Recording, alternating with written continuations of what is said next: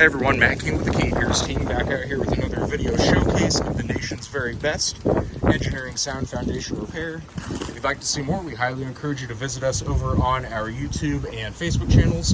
If you have not visited before, just search for King Piers LLC. And while you're there, we'd greatly appreciate it if you left a like and a subscribe. We are out here in Kansas City. We have a few different scopes of work on this project. The first of which, as you can see here, is a King Pier 2 installation project. We have 10 that we're going to be installing along the back side and the east and west sides of the house.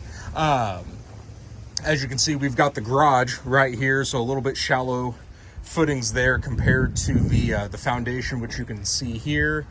We've just about got 8 holes of the 10 complete.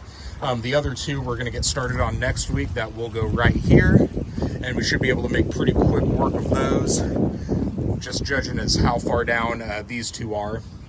On top of the pier installation, we're going to be doing our interior block renovation. That entails sealing all the interior cracks on the cinder block walls, and then using our King Piers blend of high strength concrete mortar to completely coat the walls from top to bottom, corner to corner, wherever we have access.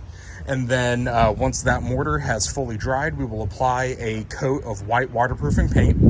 The third scope of work on this project is going to be 16 of our 4-inch H-beam wall braces. Those are going to be installed throughout the interior of the basement. And then the final scope of work, which we will take a look at here in the front, is we are going to remove and completely rebuild this section of the north cinder block wall. So you can see basically from the corner of the garage to the front stoop, we're going to take that down and rebuild it with new solid filled CMU block. So we are getting close to having the excavation of the pier holes done.